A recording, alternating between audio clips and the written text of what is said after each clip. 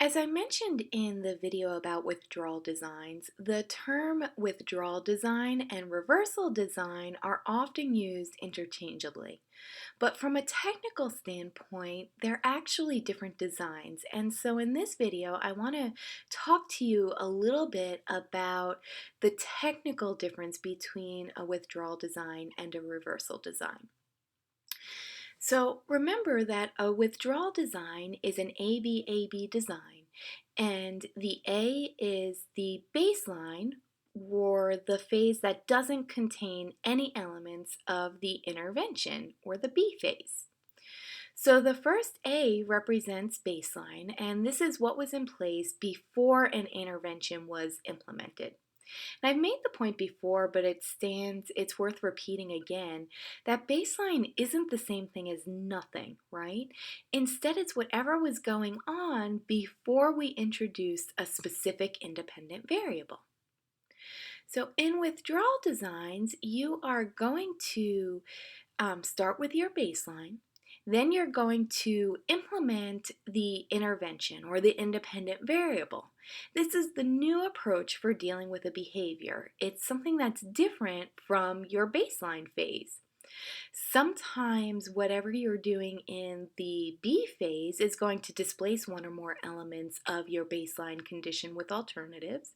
Sometimes you're just going to overlay or add on additional components on top of what was already going on in your baseline phase. So in the ABAB withdrawal design, after you implement the intervention, you're going to withdraw the intervention, and you're going to have a second A or second baseline phase where you're removing whatever it was that you introduced in your B phase or your intervention phase. If necessary, you'll restore any conditions that you displaced by implementing the intervention.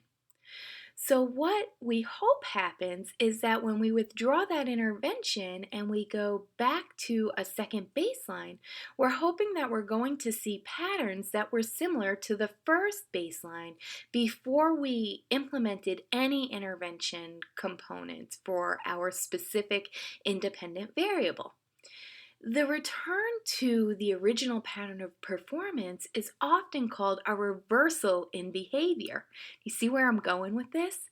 And so this terminology, right, this reversal in behavior, I think is where there's some confusion in misjudging that reversal designs and withdrawal designs are equivalent.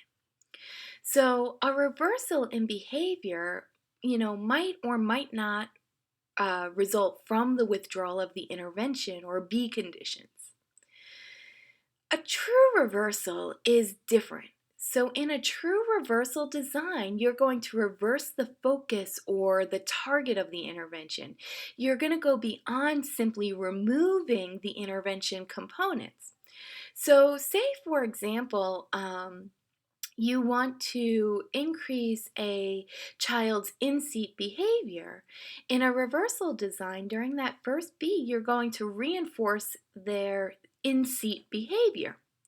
When you reverse the contingency, you are going to reinforce out-of-seat behavior.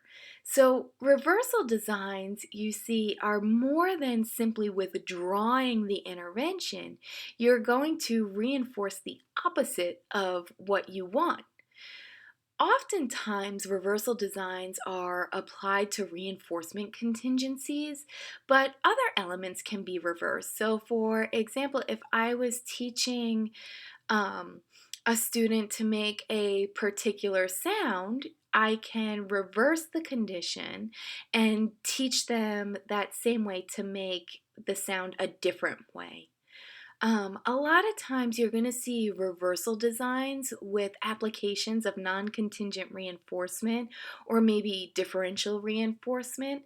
And what I want you to really get from this is that a reversal design is different from simply withdrawing the intervention.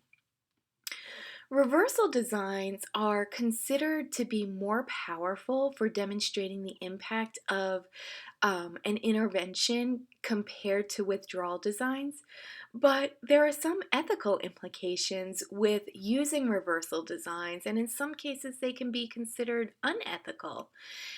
For one, you can confuse your learner, right? What are they supposed to be doing? Are they supposed to be sitting in their seat or getting out of their seat if they're getting reinforced for both? The other problem is that you can see increases in maladaptive behavior. And remember, as behavior analysts, we want to improve socially significant behaviors and improve the quality of lives for the individuals who we serve. We don't want to increase their maladaptive behaviors. This would be bad news bears. So, because of these ethical implications, true reversal designs are seldom used. And when you're reading about reversal designs in the literature, more likely than not, it's actually a withdrawal design that the researchers are using. And since reversal designs are seldom actually used and it's more common to use a withdrawal design, using the terms withdrawal and reversal design interchangeably doesn't really create a problem. But the designs are different, and I really wanted you to know and be aware of this distinction, especially for your BCBA exam and for your practice. So, the short of the long is that more times than not, it's actually an ABAB withdrawal design. I hope this helped to clarify the distinction between these two different designs, and I hope that you'll keep this in mind as you are reading the literature and, developing interventions for your clients.